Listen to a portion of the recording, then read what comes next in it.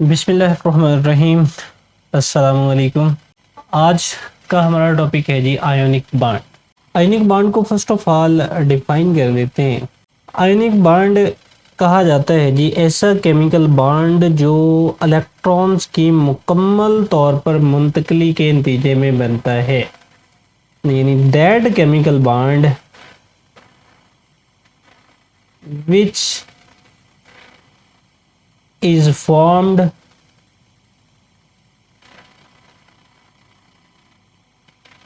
by complete transfer of electron.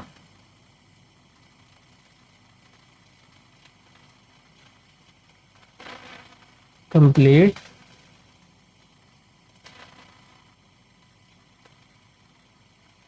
transfer of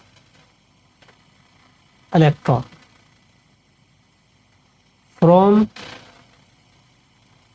one atom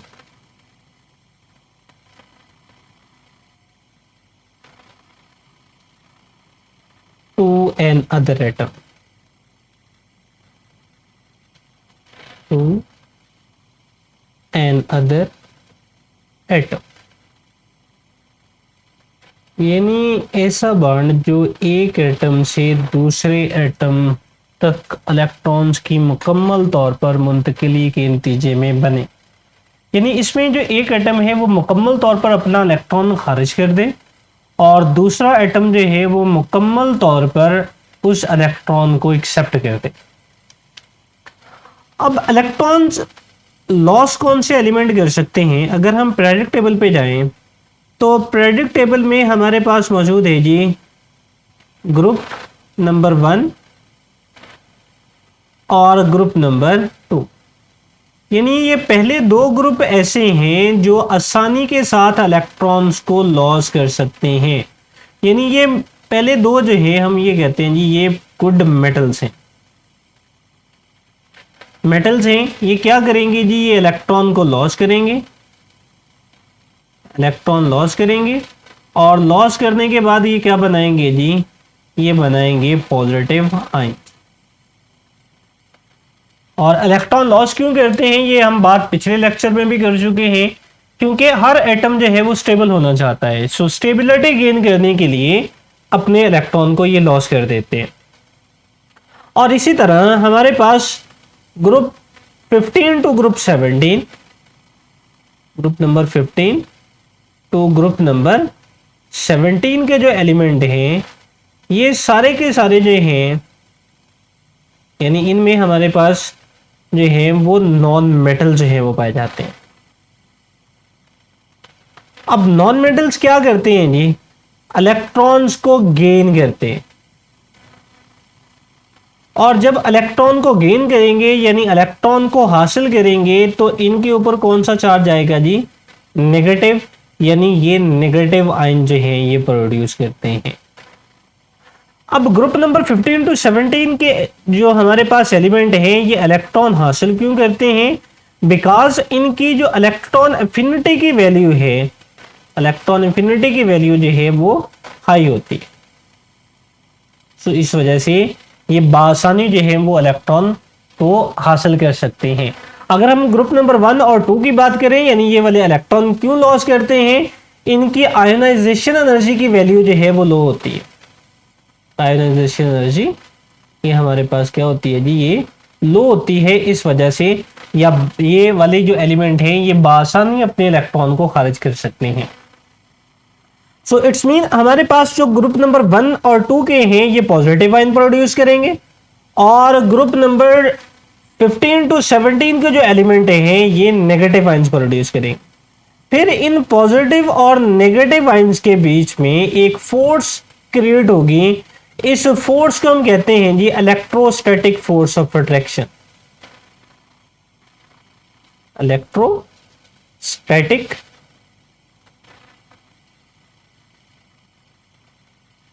force of attraction, तो मैं ये double T के साथ जो है वो अट्रैक्शन को रिप्रेजेंट कर रहा हूं जी। अब इलेक्ट्रोस्टैटिक फोर्स ऑफ अट्रैक्शन का अगर आप लफ्जी मतलब देखें तो इलेक्ट्रो का मतलब होता है चार्ज इलेक्ट्रो का मतलब है जी चार्ज, और स्टैटिक का मतलब होता है जी साकन।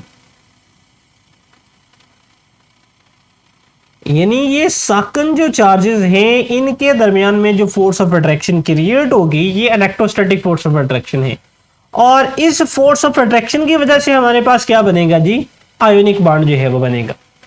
अब इसकी एग्जांपल की तरफ आते हैं, इसको थोड़ा ऊपर की तरफ हम ले जाते हैं जी। एग्जांपल में लाइक हम कंपाउंड बनाने जा रहे हैं जी sodium chloride NaCl। First of all overall अगर मैं यहां से इक्वेशन लिखूं तो ओवरऑल इक्वेशन मेरे पास कुछ ये बनेगी कि sodium Na plus chlorine Cl2, जब इनका आपस में रिएक्शन होता है तो इनके रिएक्शन के नतीजे में सोडियम क्लोराइड यानी NaCl जो है इसकी फॉर्मेशन होती है। अब इस इक्वेशन को फर्स्ट ऑफ ऑल हम बैलेंस कर लेते हैं। अगर आप रेक्टेंट वाली साइड पे देखें तो रेक्टेंट वाली साइड पर क्लोरीन के 2 एटम जो हैं वो मौजूद हैं, जबकि प्रोडक्ट वाली साइड पे क्लोरीन का 1 एटम है। सो इसको बैलेंस करने के लिए हम इसको 2 से मल्टीप्लाई कर देते हैं। अब अगर इसको 2 से मल्टीप्लाई कर दें तो सोडियम के भी अब 2 एटम हो जाएंगे जी।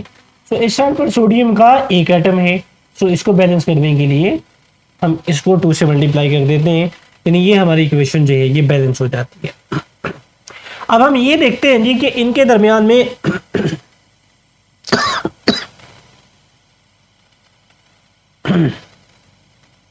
अब हम ये देखते हैं जी कि इनके दरमियान में आयनिक जो बॉन्ड है ये किस तरह से वजूद में आता है।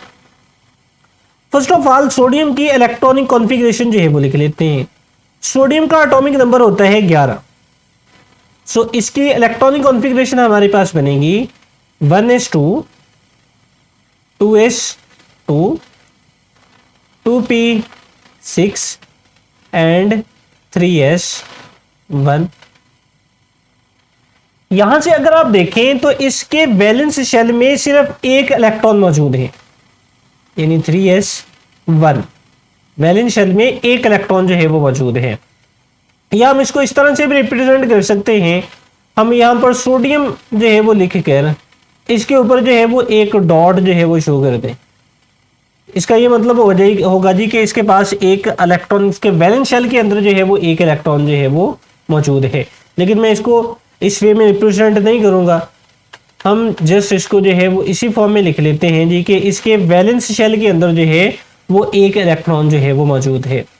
अब अपना ऑक्टेट कंप्लीट करने के लिए इसे क्या करना पड़ेगा जी, हमने पीछे रूल पढ़ा था कि अगर इनके वैलेंस शेल में 3 या 3 से कम इलेक्ट्रॉन मौजूद होंगे तो अपना इलेक्ट्रॉन लॉस कर देंगे। यानी यहां से सोडियम जो है वो अपना इलेक्ट्रॉन अब लॉस कर देगी, यानी सोडियम Na ये क्या करेगी जी, अपना इलेक्ट्रॉन को लॉस कर देगी, यानी अपना एक इलेक्ट्रॉन जो है वो दे देगी। अब ये चेंज होगी जी Na पॉजिटिव में, और प्लस एक इलेक्ट्रॉन जो है वो यहां से निकल गया। अब अगर Na पॉजिटिव की इलेक्ट्रॉनिक कॉन्फ़िगरेशन लिखी जाए तो ये हमारे पास बनती है जी 1s2 2s2 एंड 2p6। ये इसकी Na पॉजिटिव की इलेक्ट्रॉनिक कॉन्फ़िगरेशन बनती है जो कि नोबल गैस नियॉन से रिसेंबल्स करती है, यानी इसने अपना एक इलेक्ट्रॉन लॉस करके नियॉन यानी नोबल गैस की जो है वो रिजेंबलेंस जो है वो हासिल कर दी। इट्स मीन Na पॉजिटिव जो है वो स्टेबल हो गया। अब अगर हम क्लोरीन की बात करें तो क्लोरीन की जो हमारे पास एटॉमिक नंबर है, क्लोरीन का एटॉमिक नंबर होता है जी 17। इसकी अगर इलेक्ट्रॉनिक कॉन्फ़िगरेशन लिखी जाए तो ये हमारे पास है 1s2 2s2 2p6 3s2 and 3p5। अब इसके अगर हम वैलेंस शेल में बात करें तो इसके वैलेंस शेल में जो इलेक्ट्रॉन्स की तादाद है वो टोटल 7 है, यानी 2 s ऑर्बिटल में मौजूद हैं और 5 जो है वो p ऑर्बिटल में मौजूद है, यानी टोटल जो है वो 7 इलेक्ट्रॉन पाए जाते हैं। यानी अब इसको अपना वैलेंस शेल कंप्लीट करने के लिए जस्ट एक इलेक्ट्रॉन की जरूरत है, और वो वाला कौन सा इलेक्ट्रॉन है जो सोडियम ने लॉस कर दिया। अब सोडियम ने जो इलेक्ट्रॉन लॉस किया, क्लोरीन जो है वो इस इलेक्ट्रॉन को एक्सेप्ट कर देगी, और एक्सेप्ट करने के बाद ये चेंज हो जाती है जी Cl नेगेटिव में। अब इसकी अगर इलेक्ट्रॉनिक कॉन्फ़िगरेशन लिखी जाए Cl नेगेटिव की, तो ये हमारे पास कुछ यूं बनेगी 1s2 2s2 2p6 3s2 and 3p6, यानी पहले 5 इलेक्ट्रॉन मौजूद थे, अब एक इलेक्ट्रॉन इसने हासिल कर लिया, क्लोराइड आयन बन गया। क्लोराइड आयन की अब इलेक्ट्रॉनिक कॉन्फ़िगरेशन जो है वो हमारे पास क्या बन गई वैलेंस शेल के अंदर 3s2 एंड 3p6, यानी इसके वैलेंस शेल के अंदर जो है वो 8 इलेक्ट्रॉन पूरे हो चुके हैं। यानी इसने अपनी अब नियरेस्ट नॉर्मल गैस आर्गन से जो है वो मुशाबत जो है वो हासिल कर ली, यानी इसकी रिदम ये भी हमारे पास जो एटम है ये भी स्टेबल हो गया। अब ये दोनों जो है ये हमारे पास स्टेबल हो चुके हैं जी। अब लेकिन इनके ऊपर चार्ज आ चुका है, अब सोडियम के ऊपर जो है वो पॉजिटिव चार्ज आ चुका है और क्लोरीन के ऊपर नेगेटिव चार्ज आ चुका है। अब ये वाले जो पॉजिटिव और नेगेटिव है Na पॉजिटिव और प्लस Cl नेगेटिव, इनके दरमियान में कौन सी फोर्स ऑफ अट्रैक्शन अब अमल करेगी? इसको हम पीछे नाम दे चुके हैं जी इलेक्ट्रोस्टैटिक फोर्स ऑफ अट्रैक्शन, यानी इसकी वजह से दो अपोजिट चार्जेस जो है वो एक दूसरे के साथ जुड़ जाएंगे और इन जुड़ने की वजह से हमारे पास जो है वो आयनिक बॉन्ड जो है वो वजूद में आता है। सो इस तरीके के साथ हमारे पास एटम जो है वो अपना वैलेंस शेल कंप्लीट करने के लिए, यानी अपनी स्टेबिलिटी को गेन करने के लिए इलेक्ट्रॉन को लॉस करते हैं या इलेक्ट्रॉन को गेन करते हैं। इस तरीके के साथ हमारे पास आयनिक बॉन्ड जो है वो वजूद में आता है।